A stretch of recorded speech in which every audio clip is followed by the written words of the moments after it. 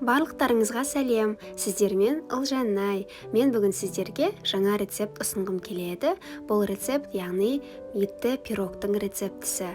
Бұл пирогты жасасаңыз, сізде бірден жасағаннан шығатын болады, және де заттарының барлығы қолжетімді, міндетті түрде дайындауға кеңес беремін. Өте дәмді болып шығады.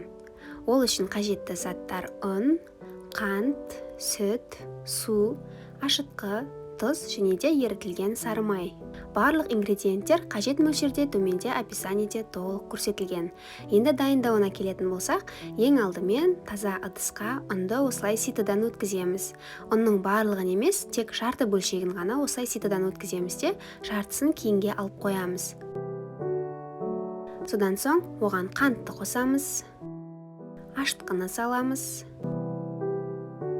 және де тұзды қосамыз да, барлығын жақсылап біркелкі болғанға дейін араластырамыз. Содан кейін оған жылы су және де жылы сүтті құйып, тағы да барлығын жақсылап қасықпен араластырамыз.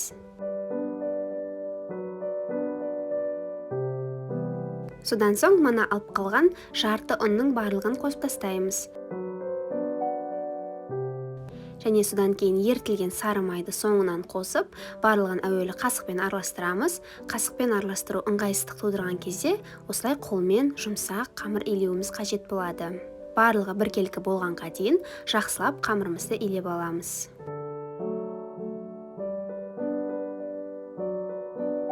Кейін осылай дастарханның үстіне түсіріп, қолмен барлығын жақсылап жан-жағынан жұмсақ болғанға дейін және біркелкі болғанға дейін илейміз.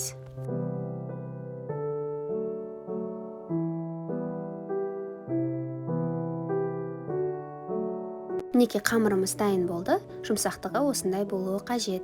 Содан соң осы қамырды салатын ыдысты майлап аламыз жан-жағын, қамыр жабысып қалмас үшін, және содан кейін оған қамырды орналастырып, бетін кейін тағамдық, яғни пищевая пленка немесе целлофанмен жауып, оны жылы жерге 1 сағатқа көтерілуге қоямыз.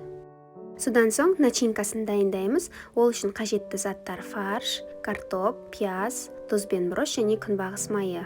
Ең алдымен ыдысқа фаршты саламыз, содан кейін ұсақталып осылай туралған картопымызды қосамыз, және де ұсақтап туралған пиязды саламыз, және дәміне қарай өзіңіздің қалауыңызша тұз бен бұрышты қосамыз, және де күнбағыс майын саламыз. Ол осы начинкасының сочный болуы үшін. Содан соң барлығын жақсылап осылай қасықпен араластырып аламыз.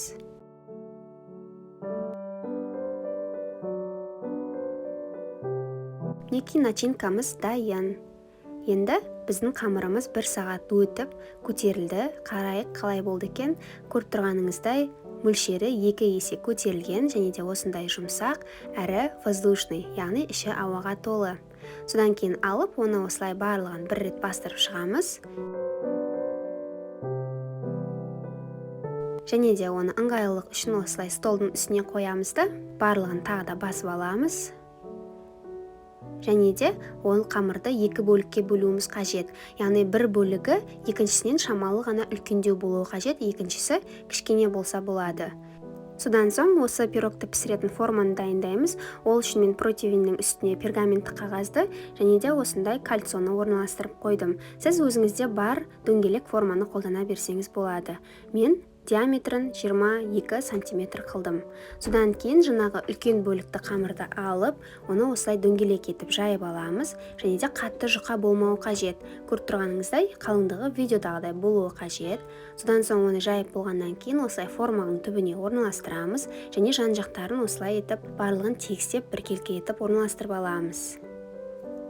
Содан соң дайын начинканы оның ортасына саламыз.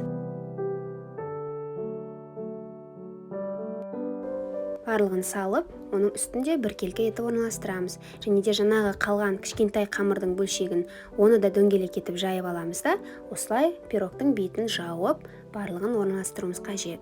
Және жан-жақтары ашылып кетпес үшін, яғни ішінен начинкасы көрініп тұрмас үшін, осылай барлық жан-жақтарын жабыстырып шығамыз.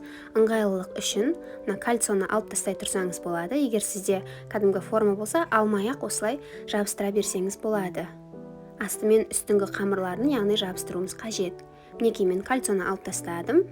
осындай болып жабысқан. Енді әдемілік үшін жан-жағын осылай етіп бір-біріне жабыстырып әдемі формаға келтірдім.